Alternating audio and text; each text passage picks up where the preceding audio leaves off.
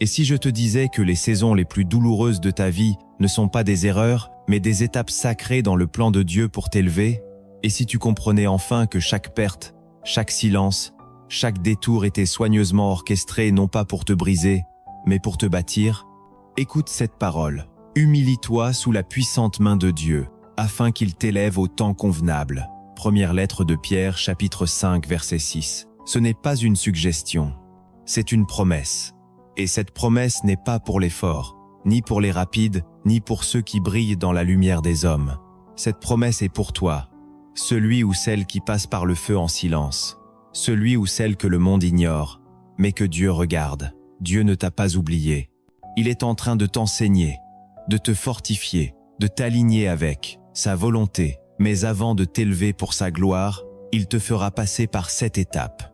7 passages, 7 transformations, 7 révélations. Et dans chacune d'elles, Dieu cherche ton cœur, pas tes performances. Il cherche ton obéissance, pas ton image. Tu as prié pour être utilisé par Dieu, tu as demandé une onction nouvelle, tu as crié pour voir sa gloire, alors ne sois pas surpris si le processus commence par l'humiliation, la solitude ou la perte. Car avant la résurrection, il y a toujours une croix, et cette croix, tu dois la porter avant de la comprendre. La gloire de Dieu ne descend pas sur ceux qui veulent l'utiliser, mais sur ceux qui acceptent d'être brisés pour qu'elle les transforme. Jésus lui-même n'a pas échappé à ce processus. Avant de s'élever, il a été abaissé. Avant de vaincre, il a souffert. Avant de triompher, il a obéi jusqu'à la mort. Et toi, disciple du Christ, crois-tu vraiment pouvoir contourner ce chemin? Dieu ne cherche pas à te faire souffrir inutilement. Non, il veut te préparer, il veut t'éprouver, te façonner, purifier tes intentions, retirer ce qui est charnel en toi, pour que le vase que tu es puisse contenir la gloire qu'il veut y verser. Car si Dieu t'élève trop tôt, tu risques de détruire ce qu'il veut bâtir. Mais si tu le laisses œuvrer dans l'ombre, si tu acceptes le silence, si tu marches avec lui dans la vallée, alors, au temps marqué, il te fera asseoir là où les hommes ne t'attendaient pas. Car Dieu n'élève jamais quelqu'un sans d'abord le passer au creuset. Dans cette vidéo, nous allons explorer ensemble les 7 étapes que Dieu utilise pour former un cœur prêt à porter sa gloire. Ce sont des vérités puissantes, parfois inconfortables, mais essentielles pour quiconque désire marcher dans l'appel divin avec profondeur et fidélité. Tu ne comprendras peu, être pas chaque saison que tu traverses, mais après ce message, tu sauras qu'aucune n'est inutile. Alors, je t'invite à t'immerger totalement. Reste jusqu'à la fin, car une prière t'attend. Une prière pour fortifier ton âme et renouveler ta foi dans ce processus divin. Si ce message entre en résonance avec ce que tu vis, like cette vidéo pour qu'elle touche d'autres cœurs et abonne-toi à cette chaîne Lumière dans la vallée pour recevoir chaque semaine des messages inspirés du ciel. Et si tu veux déjà commencer à interagir avec ce que Dieu dépose dans ton esprit, écris en commentaire cette phrase. Je choisis de faire confiance à Dieu, même dans ce que je ne comprends pas. Car parfois, une seule déclaration de foi peut renverser tout un combat spirituel. Partage cette vidéo à une personne qui est en train de fléchir, car Dieu veut l'encourager aujourd'hui. Et surtout, reste connecté jusqu'à la fin, car chaque parole qui va suivre pourrait être exactement celle que ton cœur attendait. Dans le royaume de Dieu, rien n'est laissé au hasard. Chaque détour, chaque silence, chaque retard apparent fait partie d'un processus plus grand que toi. Tu n'as pas été oublié, tu es en formation. C'est le principe divin que l'humanité peine à accepter, car il ne suit ni la logique de ce monde, ni la chronologie de tes désirs. La Bible ne parle jamais d'élévation sans préparation. L'humilité précède toujours la gloire. Et l'abaissement est souvent la preuve que Dieu est en train de poser les fondations d'un futur que tu ne peux pas encore supporter. Le livre de Jacques déclare « Dieu résiste aux orgueilleux, mais il fait grâce aux humbles ». Et c'est justement dans ce principe que Dieu agit. Il ne t'élèvera pas par caprice, mais par stratégie divine. Il attend que ton cœur soit façonné, que ton âme soit purifiée, que ta foi soit enracinée non dans les bénédictions visibles, mais dans sa parole invisible. Si tu veux comprendre pourquoi tu passes par cette vallée obscure, il faut que tu retournes aux Écritures, car tout ce que Dieu fait aujourd'hui, il l'a déjà fait hier. Il n'y a rien de nouveau sous le soleil spirituel. Seulement des hommes et des femmes qui apprennent à discerner les saisons par la lumière de sa vérité. Regarde Moïse. Cet homme élevé dans la richesse, l'autorité et la sagesse égyptienne, un prince parmi les hommes, formé dans les palais de Pharaon. Et pourtant, ce n'est pas dans ce contexte que Dieu l'a utilisé. Dieu l'a retiré. Il l'a arraché à son confort, l'a conduit dans le désert et l'y a gardé pendant 40 longues années, non pas pour le punir, mais pour le purifier. Le désert est l'endroit où Dieu vide l'homme de l'Égypte avant de l'y renvoyer avec l'autorité divine. C'est là que Moïse a appris à écouter, à se taire, à dépendre, à obéir. Ce n'est qu'une fois vidé de lui-même que Dieu l'a appelé par le buisson ardent. Et quand Moïse a essayé de fuir l'appel, disant qu'il ne savait pas parler, Dieu a su qu'il était enfin prêt. Car Dieu n'utilise pas les lèvres brillantes, mais les cœurs brisés. Puis regarde David. L'onction est venue sur lui, alors qu'il n'était qu'un adolescent berger, oublié par son père, ignoré par ses frères. Mais même après l'onction, David ne monte pas immédiatement sur le trône. Non, il retourne paître les brebis. Puis il fuit, il se cache, il vit des années d'instabilité, poursuivi par un roi jaloux, trahi par ceux qu'il servait. Et pourtant, il ne prend jamais le trône de force. Même lorsqu'il a l'opportunité de tuer Saül, il choisit l'honneur. Pourquoi? Parce que Dieu voulait un roi selon son cœur, pas selon l'image des hommes. David a été formé dans la fuite, façonné dans la caverne, éprouvé dans la solitude. C'est dans le silence des grottes qu'il a écrit les psaumes qui bénissent encore nos vies aujourd'hui. C'est dans les larmes qu'il a appris à adorer. Et c'est pour cela que Dieu l'a élevé. Car Dieu élève ceux qui savent attendre sans manipuler. Joseph, lui aussi, en est la preuve. Dieu lui donne des rêves de grandeur, des visions célestes, où il est au-dessus de ses frères, où il dirige. Mais Dieu ne l'envoie pas tout de suite en position d'autorité. Joseph est trahi, vendu, humilié, jeté dans un puits, puis réduit en esclavage. Et quand il commence à se relever, il est de nouveau accusé à tort et jeté en prison. Pourtant, à chaque étape, Dieu est là, il le forme. Il lui enseigne l'administration dans la maison de Potiphar, puis dans la prison. Dieu lui apprend à gérer des hommes, des conflits, des ressources. Il lui apprend la sagesse, la maîtrise de soi, le pardon, car le jour où Joseph deviendra gouverneur, ce n'est pas le rêve qui le tiendra debout, mais le caractère forgé dans l'épreuve. Et quand ses frères viendront le supplier, il ne se vengera pas. Il leur dira cette phrase prophétique. « Vous aviez médité de me faire du mal. Dieu l'a changé en bien. Voilà la puissance d'un homme que Dieu élève. » Jésus lui-même n'a pas échappé à ce processus. Le Fils de Dieu, l'agneau sans défaut, a été conduit par l'Esprit dans le désert avant même de commencer son ministère. Pendant 40 jours, il jeûne, il prie, il est tenté. Et chaque tentation est une invitation à prendre un raccourci. Mais Jésus refuse. Il répond avec la parole. Il se soumet. Il endure. Puis, quand il revient, il est rempli de la puissance de l'Esprit. Mais ce n'est que le début. Toute sa vie sera une succession de rejets, d'incompréhension, de persécutions. Pourtant, il avance. Il guérit. Il enseigne. Il aime, même quand on le hait. Et au sommet de son ministère, c'est une croix qui l'attend, une croix, une couronne d'épines, des clous. Et dans cette souffrance, il révèle la plus grande gloire. Il dit à son Père, « Non pas ma volonté, mais la tienne. » Voilà le modèle. Voilà la vérité que le monde moderne refuse.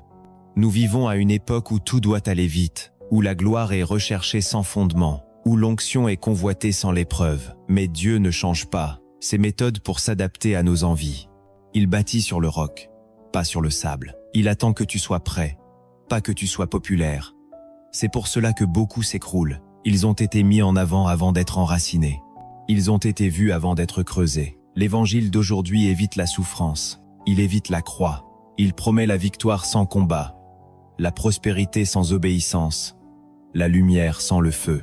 Mais ce n'est pas l'évangile de Jésus. Ce n'est pas le chemin des prophètes, des apôtres, des saints. Tous ont souffert, tous ont attendu, tous ont été brisés, et tous ont été élevés, mais autant fixés. parce qu'ils ont accepté de passer par les étapes, parce qu'ils ont compris que la gloire de Dieu ne repose pas sur des apparences, mais sur la vérité d'un cœur transformé. Aujourd'hui, si tu te demandes pourquoi tu n'as pas encore été élevé, regarde à nouveau les Écritures. Tu n'es pas oublié, tu es dans l'école de Dieu, tu es dans son processus, tu es dans sa volonté. Et si tu restes fidèle, si tu continues à lui faire confiance, si tu ne t'éloignes pas, alors il t'élèvera au moment parfait. Garde cette foi, garde cette espérance. Car les mêmes mains qui te brisent aujourd'hui sont celles qui te couronneront demain. Dieu ne commence jamais une œuvre d'élévation sans d'abord poser des fondations profondes. Et ces fondations ne sont pas bâties dans la lumière, mais dans l'ombre. Il commence toujours par la séparation. C'est le premier principe. Regarde Abraham. Dieu l'appelle, et la première instruction n'est pas une bénédiction, mais un détachement. Quitte ton pays, ta patrie et la maison de ton père. Dieu savait qu'Abraham ne pouvait pas porter une promesse éternelle tout en restant lié à son passé. La séparation n'est pas un rejet, c'est une invitation. Une invitation à entrer dans une dimension où Dieu devient ta seule sécurité. Avant de t'élever, il va te retirer. Retirer ce qui t'est familier, retirer ceux qui t'influencent, retirer les voix qui t'aveuglent. Tu ne peux pas entendre clairement quand trop de choses t'enchaînent. Et parfois, ce que tu appelles perte est en réalité libération. Dieu ne te punit pas, il te prépare. Il t'éloigne non pour t'abandonner, mais pour te révéler, car c'est dans l'isolement que les identités spirituelles émergent.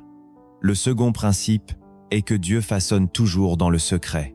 Il ne commence pas ton élévation sur une scène, mais dans une salle cachée. Regarde Joseph. Avant le palais, il y a la maison de Potiphar. Avant la gouvernance, il y a la prison. Ce sont ces lieux obscurs qui deviennent les écoles de la fidélité, là où personne ne t'applaudit, là où personne ne voit ce que tu fais, mais Dieu voit.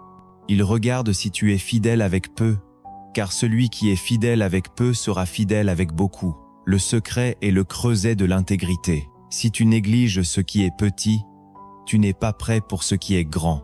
Dieu mesure tes actes invisibles avant de te confier une plateforme visible. Troisième principe, Dieu teste toujours les motivations du cœur. David en est l'exemple parfait. Il est oint par Samuel, alors qu'il est encore un jeune berger. Mais après l'onction, il ne monte pas sur le trône. Il retourne dans les champs. Et ensuite, il passe des années à fuir Saül. Pourtant, même lorsqu'il peut tuer le roi qui le poursuit, il refuse. Pourquoi? Parce que son cœur est pur. Il ne veut pas toucher loin de l'Éternel. Il ne veut pas forcer le plan de Dieu. Dieu regarde ton cœur bien avant tes compétences. Il observe si tu cherches sa gloire ou la tienne, si ton obéissance est réelle ou conditionnelle. Le feu ne vient pas pour te détruire, mais pour révéler ce qui est caché en toi. Si tu veux être élevé, tu dois demander à Dieu de sonder ton cœur et de briser ce qui en détourne la pureté. Quatrième principe, Dieu détruit les idoles cachées. Regarde le jeune homme riche. Il voulait suivre Jésus, mais il n'était pas prêt à abandonner ses biens.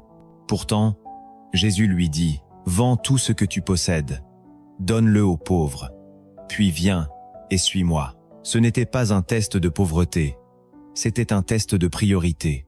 Dieu ne partage pas sa gloire avec une idole. Et parfois, l'idole n'est pas l'argent, c'est une relation, un rêve, une ambition, un besoin de reconnaissance. Dieu va te confronter. Il va mettre le doigt exactement là où tu caches ce qui prend sa place. Et il ne le fait pas pour t'humilier, mais pour te libérer. L'élévation vient quand le trône de ton cœur appartient entièrement à Jésus. Cinquième principe, Dieu t'apprend à entendre sa voix. Moïse voit un buisson qui brûle sans se consumer. Mais ce n'est pas la vision qui le change, c'est la voix qui l'appelle, qui l'envoie, qui lui révèle son identité et sa mission. Avant d'être un libérateur, Moïse doit devenir un auditeur. Le désert devient l'école du silence, là où le bruit du monde se tait, et où la voix de Dieu devient claire. Tu ne peux pas être élevé si tu n'apprends pas à discerner sa voix, car ceux que Dieu élève sont ceux qui obéissent à sa direction, même quand elle défie la logique humaine. La voix de Dieu est ton GPS spirituel. Sans elle, tu avances dans l'erreur. Avec elle, tu marches dans la destinée. 6e principe. Dieu déconstruit les dépendances. Élie boit au torrent de Kérith, nourri par des corbeaux. Mais un jour, le torrent se tarit. Dieu l'envoie alors chez une veuve à Sarepta. Pourquoi? Parce qu'il veut que le prophète ne dépende jamais de la provision, mais du proviseur. Dieu peut te retirer ce qui te soutenait, pour que tu comprennes que ton appui n'est pas dans les choses, mais en lui seul. Quand une source se ferme, ce n'est pas la fin, c'est une transition. Il veut t'enseigner à lui faire confiance, même quand tu ne comprends pas comment tu vas survivre. Ce n'est pas ce que tu vois qui te soutient, c'est ce que Dieu dit. 7e principe, Dieu t'apprend à servir avant de diriger. Jésus, le maître des maîtres, s'agenouille pour laver les pieds de ses disciples. Il dit, « Si moi, votre Seigneur, je vous ai lavé les pieds, vous devez aussi vous laver les pieds les uns aux autres. » L'autorité dans le royaume ne se manifeste pas par le contrôle, mais par le service. Plus tu montes, plus tu dois t'abaisser. Le vrai leadership commence par l'humilité. Dieu ne cherche pas des chefs, il cherche des serviteurs. Et c'est dans le service que tu découvres la puissance du royaume. Si tu refuses de servir dans l'ombre, tu n'es pas prêt à diriger dans la lumière. 8e principe, Dieu te mettra face à tes limites. Pierre, l'homme fort, l'homme courageux, dit à Jésus qu'il ne le reniera jamais. Mais quelques heures plus tard, il le renie 3 fois. Ce n'est pas un échec, c'est une révélation. Dieu lui montre qu'il ne peut rien faire par lui-même. Et après l'échec, Jésus revient le restaurer. Il lui demande 3 fois. M'aimes-tu? Pierre avait chuté, mais son amour était réel. Dieu utilise même tes échecs pour te repositionner. Il ne rejette pas le cœur sincère, même faible. Il le relève, le fortifie, l'utilise. Ce que tu appelles limite est pour Dieu un point de départ. 9e principe, Dieu t'enseigne la patience. Abraham reçoit la promesse d'un fils, mais il attend 25 longues années avant de voir Isaac naître. 25 années de doute, de silence, de combats intérieurs. Mais Dieu ne ment pas. Ce qu'il dit, il l'accomplit. Le temps de Dieu n'est pas une punition, c'est une protection. Il te prépare à porter ce qu'il t'a promis. L'attente développe la foi, l'humilité, la persévérance. Elle arrache l'impatience, la précipitation, la chair. Ce que tu attends ne t'a pas été refusé. Cela est en train d'être aligné. 10e principe, Dieu te donne une révélation avant la manifestation. Joseph rêve avant d'être élevé. David reçoit l'onction avant de régner. Jésus est déclaré « Fils bien-aimé » avant même de commencer son ministère. La révélation est la semence. Elle ne pousse pas en un jour. Elle doit être arrosée par l'obéissance, protégée par la foi, renforcée par la prière. Ce que Dieu t'a dit est plus réel que ce que tu vis. Ne juge pas ta destinée à ce que tu vois. Juge-la à ce que Dieu a dit. Sa parole ne retourne jamais à lui sans effet. Elle accomplit ce pourquoi elle a été envoyée. Et même si aujourd'hui tout semble flou, injuste, lent ou brisé, sache que le ciel n'a pas changé de plan. Ce que Dieu a déposé en toi s'accomplira au moment parfait. Voilà les 10 fondements spirituels que Dieu utilise pour préparer ses serviteurs. Aucun ne peut être contourné. Tous sont nécessaires. Et chacun est une clé pour recevoir l'élévation au temps marqué. Tu peux relire ton histoire à la lumière de ces principes. Tu comprendras que Dieu n'a jamais été en retard. Il était en train de poser une structure pour que sa gloire repose sur toi sans te détruire. Il a retiré pour purifier. Il a brisé pour reconstruire. Il a caché pour révéler. Et maintenant, il t'amène dans une nouvelle profondeur. Mais ce n'est pas encore fini. Car au-delà de ces 10 vérités visibles, il existe 7 étapes secrètes. 7 révélations cachées dans les Écritures que la majorité ignore. Et c'est ce que nous allons découvrir dans la suite. Si tu ressens que Dieu te parle à travers ce message, like cette vidéo maintenant et abonne-toi à cette chaîne Lumière dans la vallée. Écris en commentaire cette prière. Seigneur, prépare mon cœur, pas seulement ma destinée, et partage cette vidéo avec quelqu'un qui a besoin d'être fortifié. Car ce message peut sauver une foi vacillante, restaurer un cœur découragé et raviver une espérance endormie. Reste bien jusqu'à la fin, car la prière qui viendra ensuite portera l'onction pour activer en toi la prochaine étape. Il y a des vérités que Dieu ne dévoile qu'à ceux qui acceptent de plonger plus profondément dans son cœur. Ce ne sont pas des principes visibles, enseignés à la surface, mais des réalités révélées dans le feu, dans les larmes, dans l'attente. La première vérité cachée, c'est que Dieu te délaisse parfois pour mieux t'attirer. Oui, tu as bien entendu. Même Jésus, suspendu à la croix, a crié « Mon Dieu, pourquoi m'as-tu abandonné ?»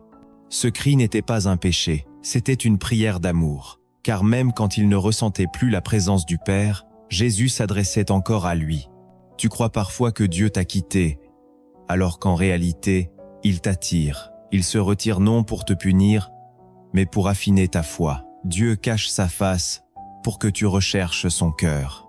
Il permet le silence pour que tu apprennes à écouter autrement. Ce n'est pas parce que tu ne sens rien qu'il n'agit pas. La maturité spirituelle commence quand tu choisis de continuer à prier, même quand le ciel semble fermé. Car c'est dans ces moments que ton amour devient pur, détaché des émotions, enraciné dans la foi. La deuxième vérité cachée, c'est que les portes fermées sont une langue de Dieu. Trop souvent, tu pleures devant ce que tu voulais ouvrir, sans comprendre que Dieu te protège. Paul voulait aller prêcher en Asie, mais l'Esprit l'en a empêché. Jonas voulait fuir, et Dieu l'a arrêté par une tempête. Ce que tu appelles blocage est parfois un langage divin.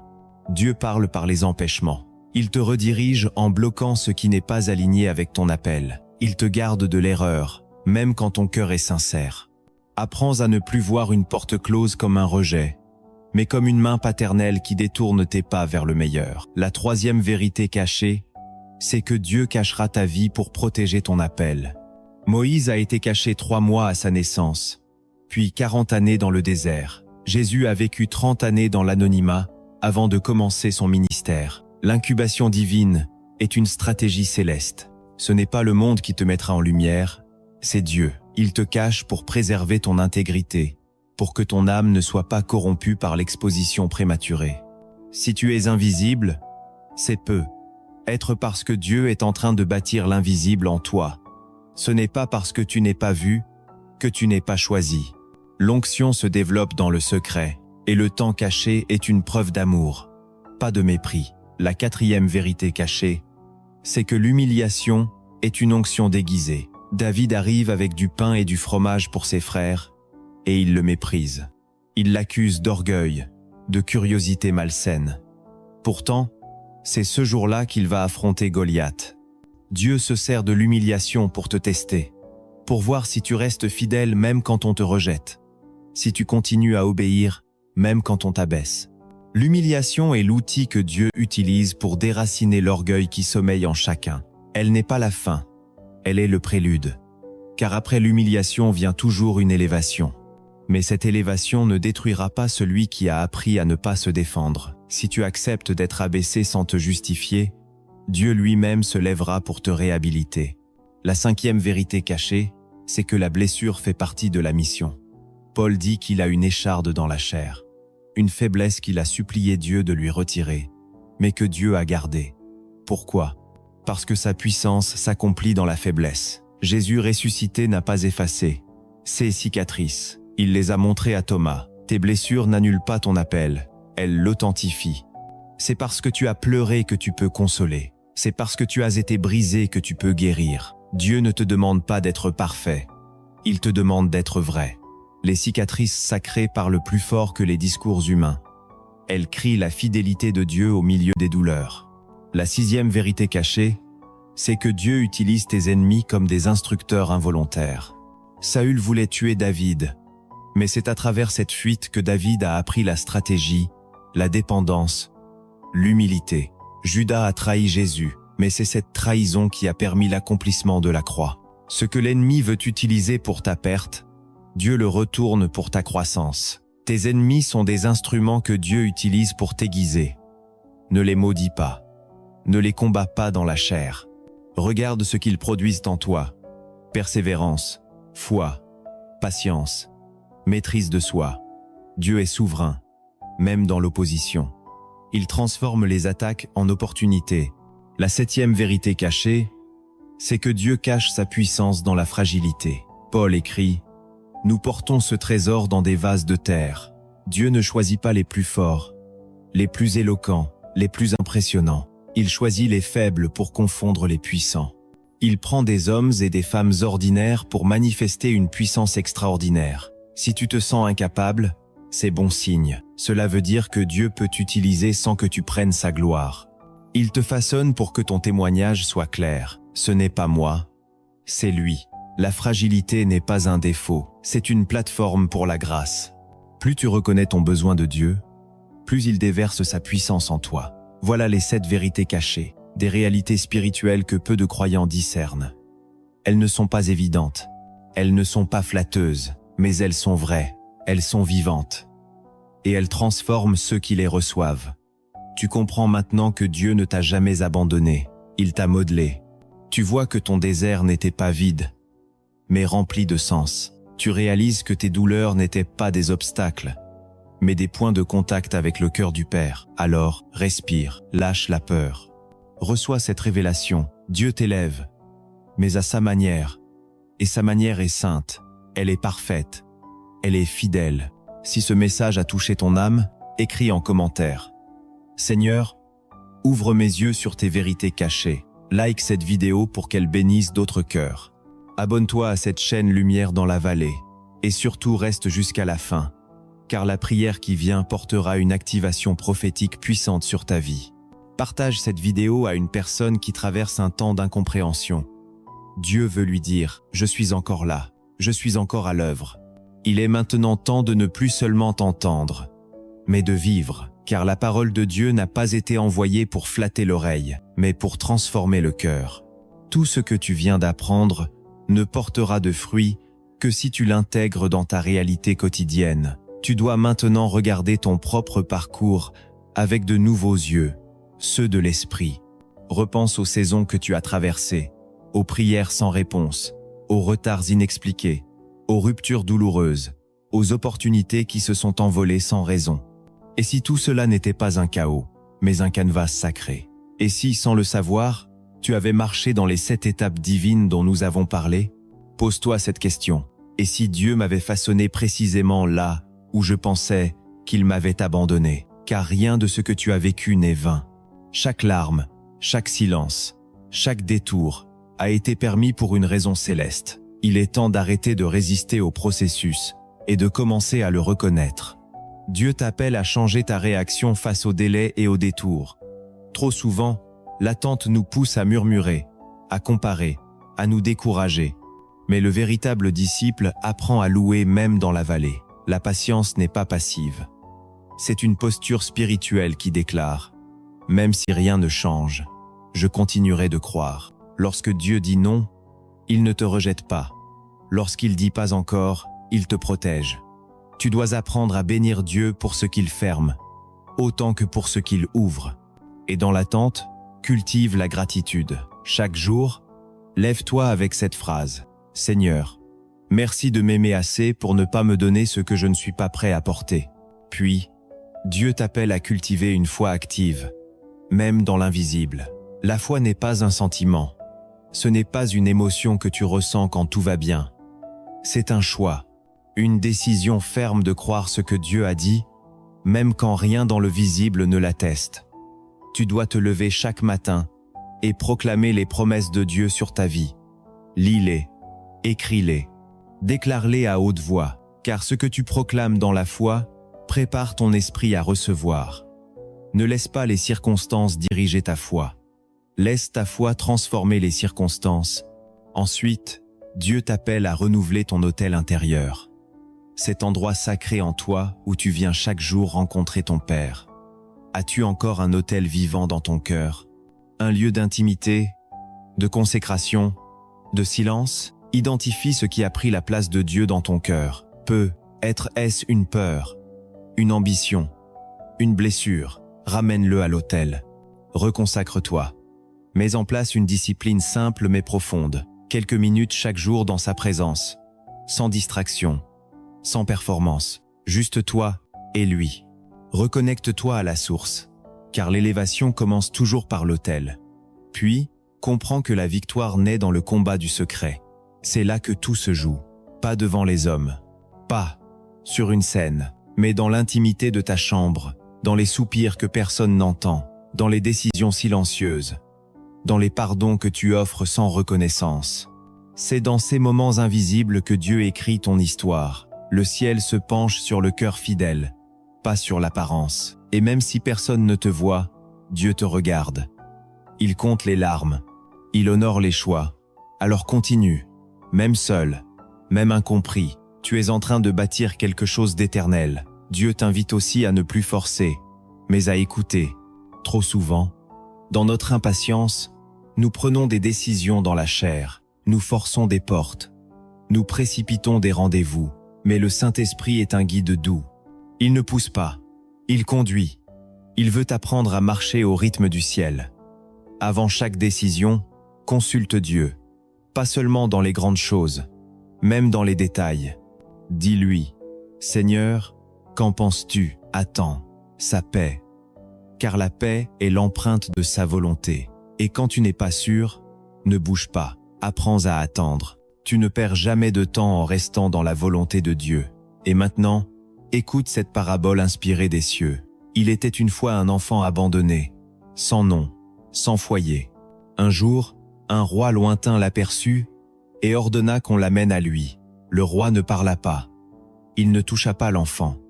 Il lui indiqua seulement un long couloir, au bout duquel brûlait une lumière intense. L'enfant, curieux et effrayé, s'y engagea.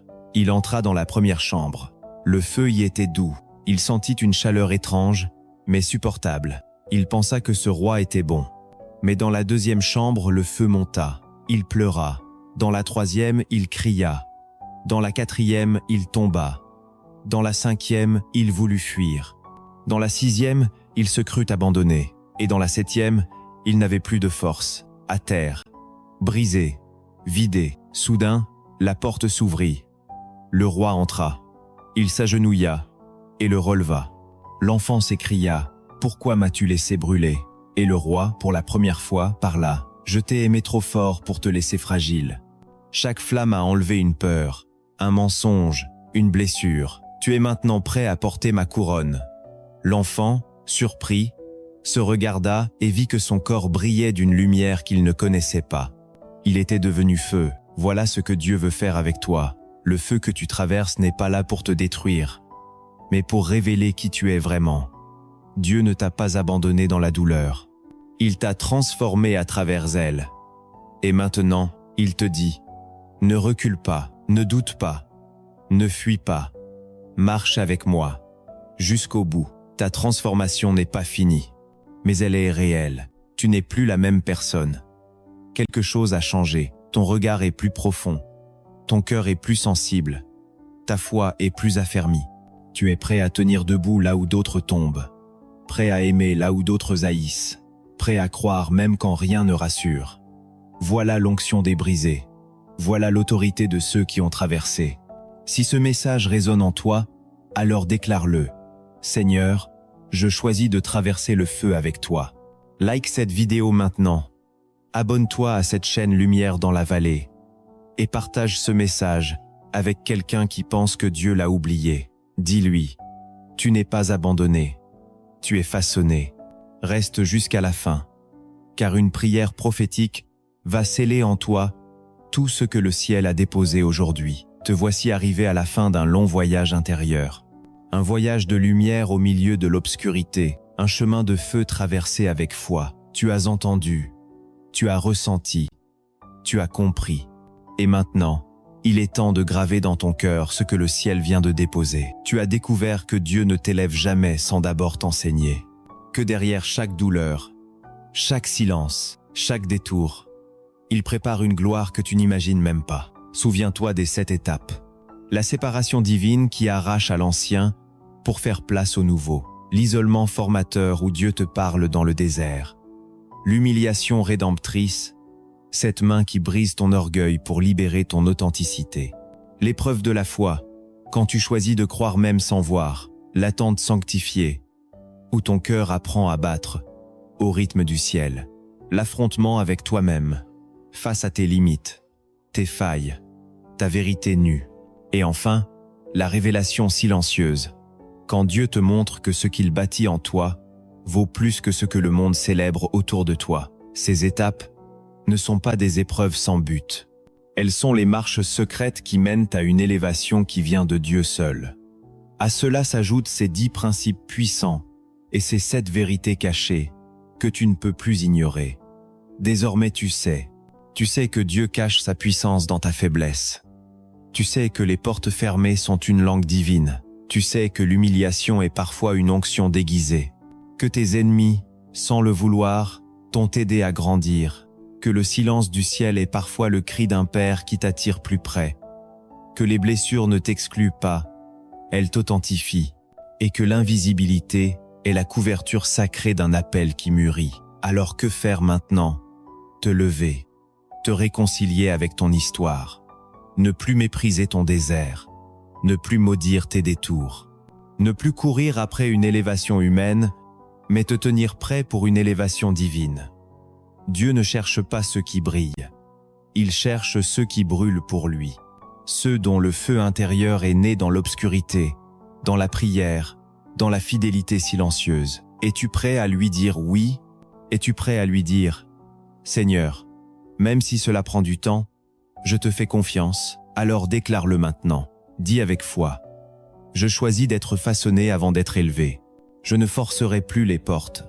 Je marcherai avec toi, pas devant toi. Je resterai caché aussi longtemps que tu le décideras, car je sais que tu fais toutes choses belles en son temps. Et maintenant, incline ton cœur dans la prière. Père, je viens devant toi avec tout ce que je suis. Je ne veux plus fuir les saisons que je ne comprends pas.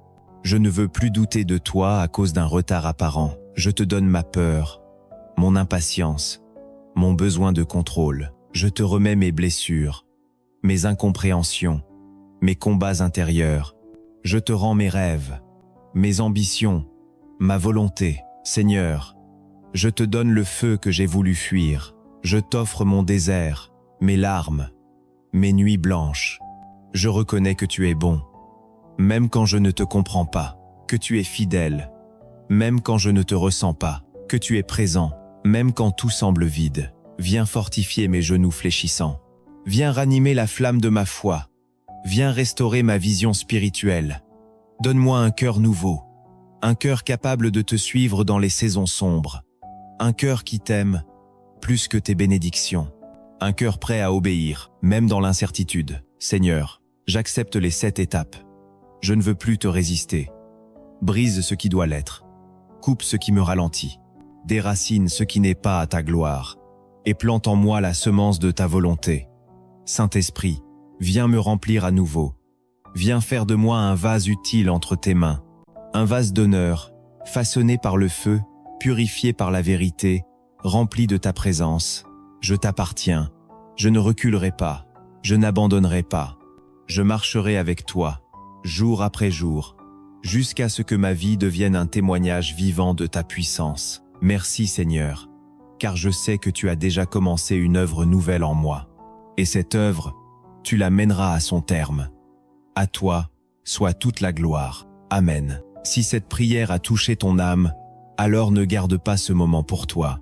Abonne-toi maintenant à cette chaîne Lumière dans la vallée, pour recevoir d'autres messages prophétiques, d'autres paroles de vie, d'autres prières puissantes pour nourrir ton esprit. Like cette vidéo si elle a éveillé quelque chose en toi. Commente en déclarant « Seigneur, que ton feu me prépare pour ta gloire ».